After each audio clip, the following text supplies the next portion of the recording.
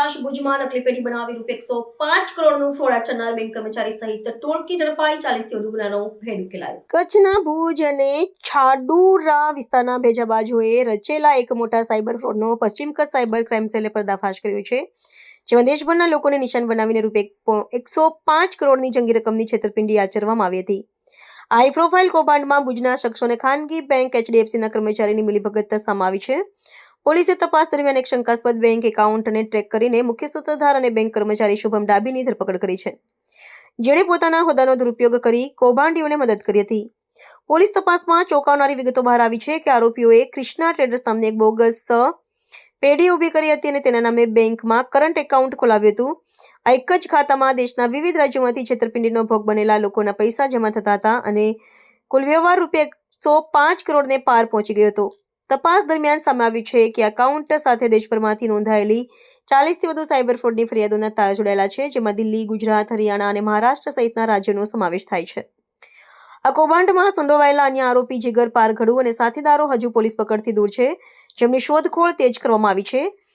Cyber crime cell હવે તપાસી રહ્યું છે કે આટલી મોટી રકમ ક્યાં ટ્રાન્સફર કરવામાં આવી અને આ નેટવર્કમાં અન્ય કેટલા બેંક કર્મચારીઓ કે એજન્ટો સામેલ છે. પોલીસની આ સફળ કામગીરીએ સાબિત કર્યું છે કે હવે સાયબર અપરાધીઓ અંતરિયાળ વિસ્તારોમાં બેસીને પણ રાષ્ટ્રીય સ્તરના આર્થિક ગુનાઓને અંજામ આપી રહ્યા છે, જે બેન્કિંગ સિસ્ટમ માટે પણ લાલબત્તી સમાન છે.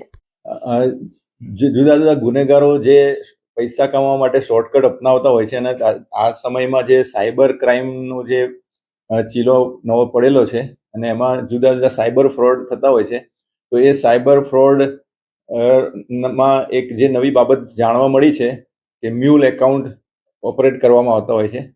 આવા ઓપરેશન મ્યુલ હન્ટ એ ગુજરાત સરકારનું એક મુહિમ છે, જે અંતર્ગત CID ક્રાઇમ અને રેલવેઝના એડિશનલ DGP સાહેબ દ્વારા તમામ રાજ્યના તમામ પોલીસ અધિકારીઓને સૂચના આપવામાં આવેલી છે.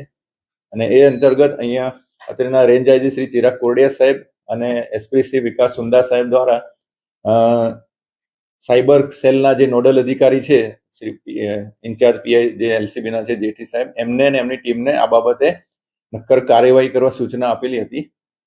અને એ આધારે તેઓએ એક ઈસમ છે જેનું નામ છે શુભમ હરિહર ડાભી, એના વિશે તપાસ કરી તો જે સમન્વય પોર્ટલ છે એમાં એના વિરુદ્ધમાં સાયબર ફ્રોડની જુદી જુદી 40 ફરિયાદો દાખલ થયેલી જાણવા મળી.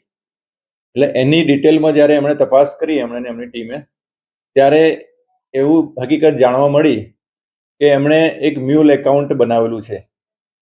એક જીગર મહેન્દ્રભાઈ પરગડુ નામનો એક ઇસમ સાથે એમણે ક્રિષ્ના ટ્રેડર્સ નામની એક મ્યુલ એકાઉન્ટ કંપનીનું મ્યુલ એકાઉન્ટ બનાવેલું અને એમાં 2024માં એમણે જ્યારે આ એકાઉન્ટ બનાવ્યું ત્યારથી અત્યાર સુધી 1,05,12,00,000 થી વધારે રકમ એટલે કે 105 કરોડ જેટલી રકમના વ્યવહારો કરેલા છે પોતાના નાણાકીય લાભ હેઠળ. અને એમાં જે HDFC બેંકમાં આ એકાઉન્ટ ખોલવામાં આવેલું, તો જે HDFC બેંકનો જે કર્મચારી છે ભાવિક નામનો ઈસમ, એણે સ્ટાન્ડર્ડ ઓપરેટિંગ પ્રોસિજર જે કરવી જોઈતી હતી KYC ની, એ નહીં કરીને આ લોકોને એમને લાભ થાય, ફાયદો થાય એ રીતે આ મ્યુલ એકાઉન્ટ ખોલી આપ્યું છે. એટલે આ 3 ઈસમો વિરુદ્ધ સાયબર સેલ દ્વારા પોલીસ ફરિયાદ દાખલ કરવામાં આવેલી છે. ભુજ B ડિવિઝનમાં ગુનો દાખલ કરવામાં આવેલો છે. અને જે પ્રથમ જે આરોપી છે શુભમ હરિહર ડાભી, એને હસ્તગત કરીને ભુજ B ડિવિઝન પોલીસ સ્ટેશનને સોંપવામાં આવેલ છે. સર, આ કિસ્સામાં કેટલી જામનગરમાં કંઈક બેંકનો મેનેજર પણ સામે આવ્યો છે. ગુજરાતમાં આવી એક ફરિયાદ છે. આમાં કોઈ બેંક મેનેજર કે હા, પ્રાથમિક જે તપાસમાં આ ભાવિક જે છે એ HDFC બેંકનો કર્મચારી છે. એની તો સંડોવણી જણાઈ આવી છે ને એને તો આરોપી તરીકે લીધો જ છે. જો બેંક મેનેજરની કે બીજા કોઈ પણ કર્મચારીઓ હશે કે મ્યુલ એકાઉન્ટ જે લોકોએ આમાં સાથ આપ્યો હશે, એ તમામને આમાં આવરી લેવામાં આવશે, એમની વિરુદ્ધ કાયદેસરની કાર્યવાહી કરવામાં આવશે. એટલે મીડિયાના માધ્યમ દ્વારા અમે આ જાહેર જનતાને પણ અપીલ કરીએ છીએ કે આ રીતે થોડા નાણાકીય લાભ માટે ગુનામાં ના ફસાવો, એ ખાસ ધ્યાન રાખો. મેક્સિમમ સજામાં એવું છે કે અત્યારે પ્રાઇમા ફેસી જે પ્રથમ દ્રષ્ટિએ જે કલમો લાગી છે, કદાચ હજી આમાં બીજી કલમો ઉમેરાઈ શકે.